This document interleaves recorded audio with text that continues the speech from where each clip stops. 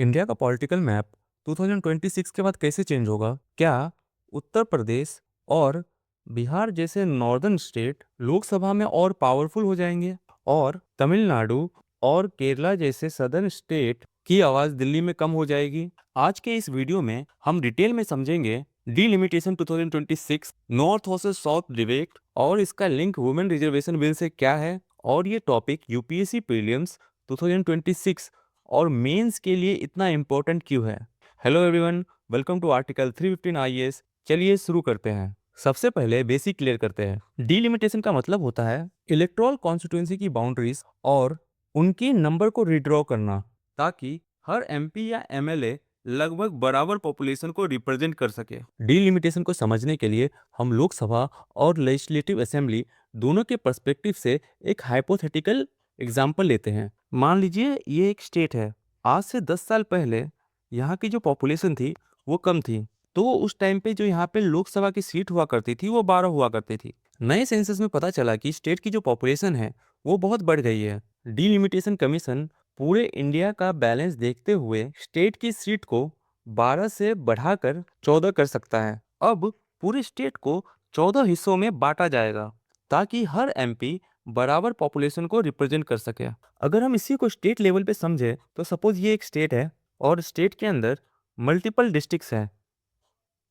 Okay, suppose ये एक district है, डिस्ट्रिक्ट ए, जो पहले एक छोटा सा गांव हुआ करता था, पर डेवलपमेंट की वजह से अब वहाँ की पॉपुलेशन जो है वो 5 गुना बढ़ गई है।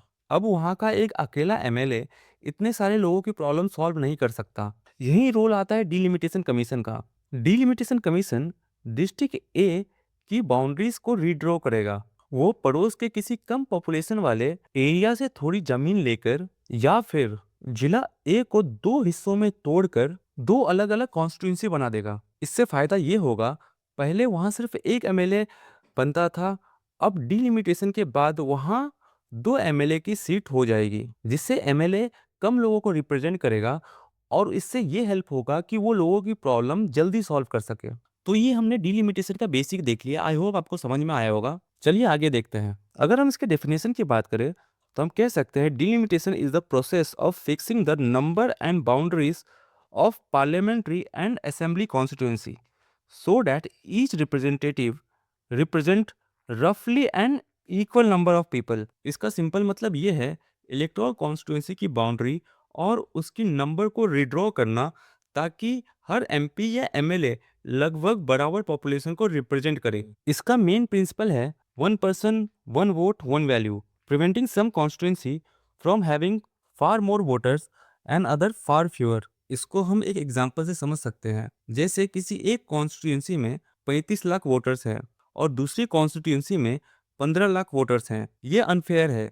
इसको करेक्ट करने के लिए डीलिमिटेशन होता है। इंडिया में ये काम एक इंडिपेंडेंट बॉडी की तरह करती है। डीलिमिटेशन कमीशन जो पार्लियामेंट से अलग है, एक क्वाजी जुडिशियल बॉडी होती है। इसके डिसीजन को कोर्ट में चैलेंज भी नहीं किया जा सकता। Constitutional and legal framework for delimitation commission, ये यूपीएससी प्रीलिम्स के लिए काफी इंपॉर्टेंट है। यहाँ से डायरेक्ट क्वेश्चन आ सकते हैं। तो चलिए देखते हैं कॉन्स्टिट्यूशनल एंड लीगल फ्रेमवर्क कौन कौन से हैं।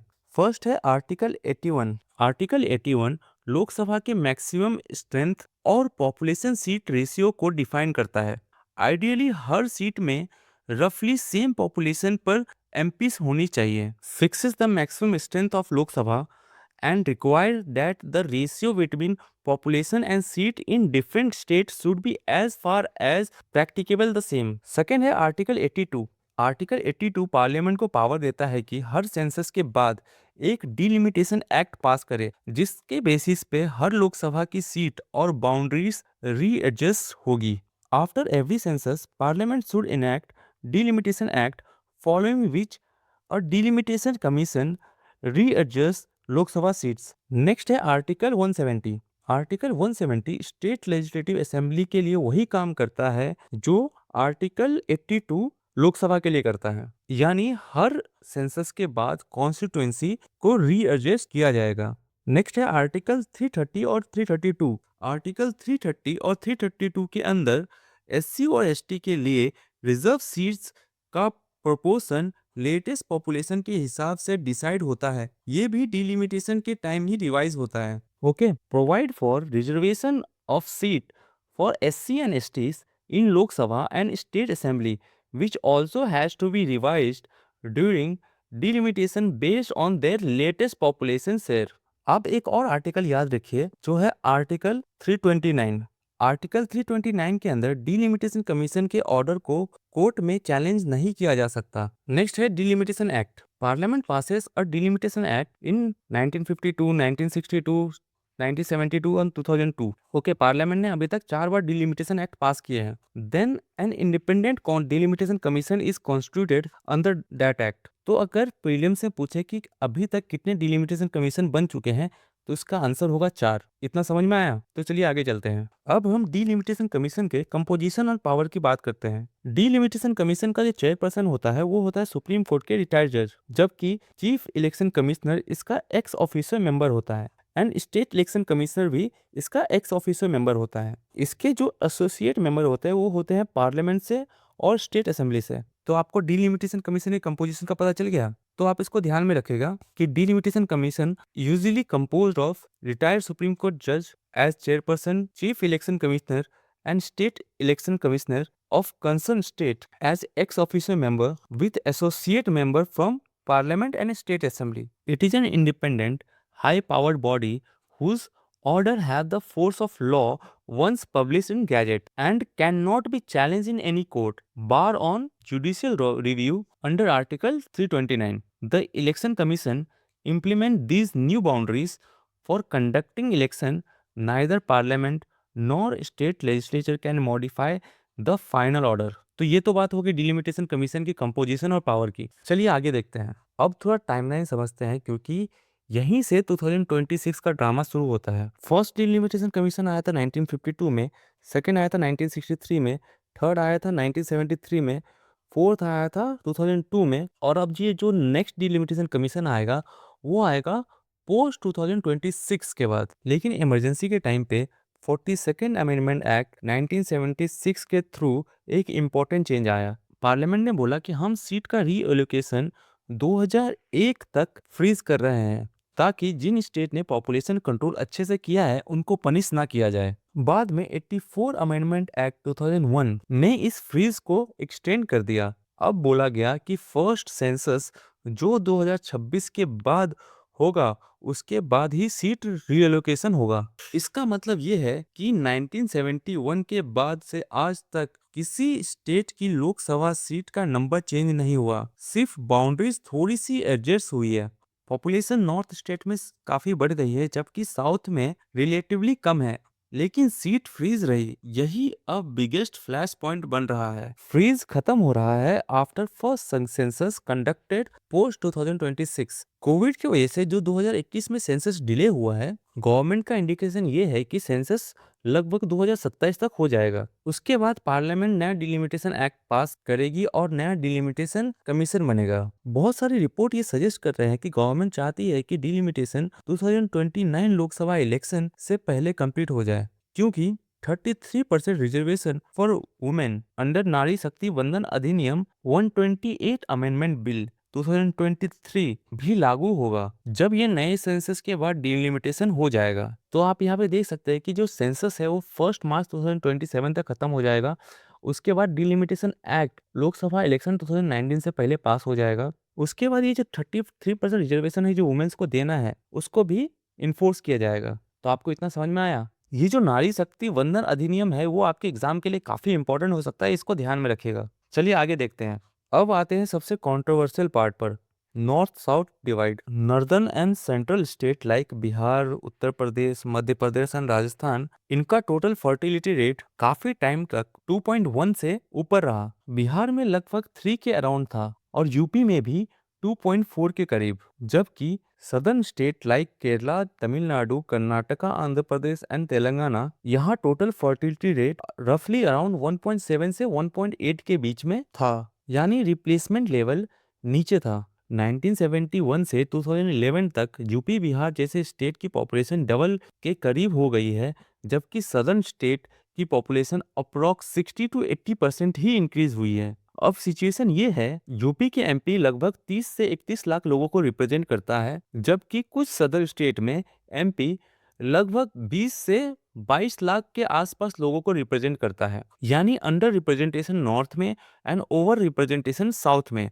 अगर सिर्फ पॉपुलेशन के बेसिस पर फ्रेश सीट एलोकेशन होता है तो स्टडी के हिसाब से northern state 40 plus new Lok Sabha seat gain कर सकती है, जबकि southern state approx 20 to 25 seats relative loss face कर सकती है अगर टोटल लोकसभा सीट 543 ही रहा तो। कुछ प्रोजेक्शन ये भी कहते हैं कि अगर टोटल सीट बढ़ाकर 848 से 888 तक कर दिया जाए तो भी नॉर्थ का प्रोपोर्शन साउथ से काफी ज्यादा होगा, मतलब रिलेटिव पॉलिटिकल वेट नॉर्थ का बदलेगा नहीं। अब सदर्न स्टेट का पॉइंट ऑफ व्यू समझते हैं। तमिलनाडु, केरला, कर्नाटका, आंध्र प्रदेश एंड तेलंगाना के लीडर्स का कहना है हमने फैमिली प्लानिंग, एजुकेशन, हेल्थ में इन्वेस्ट किया, फर्टिलिटी कम की। अब अगर डिलिमिटेशन सिर्फ करंट पॉपुलेशन पे होगा तो हमें ही कम सीट मिलेगी, यानी जो स्टेट रिस्पॉन्सिबल बिहेवियर दिखाते हैं उनको पार्लियामेंट में कम आवाज मिलेगी। ये तो पनिशमेंट फॉर गुड बिहेवियर हो गया। दूसरी बड़ी बात, इकोनॉमिक कंट्रीब्यूशन। साउथ का पॉपुलेशन शेयर लगभग 20 टू 21% है, लेकिन जीडीपी कंट्रीब्यूशन और टैक्स कंट्रीब्यूशन में 30 टू 31% है। फाइनेंस कमीशन के फॉर्मूला में जब 2011 पॉपुलेशन यूज हुआ तब भी साउथ ने प्रोटेस्ट किया कि उसका टैक्स शेयर कम हो रहा है क्योंकि उसकी पॉपुलेशन स्लो ग्रो हुई है। अब वही पैटर्न अगर लोकसभा सीट में भी रिपीट होता है तो उन्हें लगता है कि हम पैसे भी ज्यादा दे रहे हैं, पॉपुलेशन भी कंट्रोल की, फिर भी पॉलिटिकल सीट शेयर कम हो रहा है। इसलिए तमिलनाडु के सीएम एमके स्टैनली ने डिलिमिटेशन को rewarding failure and punishing success बोला, और सदर्न सीएम ने मिलकर joint action committee rally resolution start किया है। अब दूसरी साइड भी समझना जरूरी है। नॉर्दर्न स्टेट का कहना है डेमोक्रेसी का कोर प्रिंसिपल है 1 पर्सन 1 वोट। अगर उनके पास ज्यादा पॉपुलेशन है तो उनको ज्यादा एमपी मिलने चाहिए, वरना वहाँ के सिटीजन्स अंडर रिप्रेजेंटेड रहेंगे। आज के टाइम में उत्तर प्रदेश का एक एमपी जितने नंबर ऑफ वोटर्स को हैंडल कर रहा है वो किसी साउथ एमपी से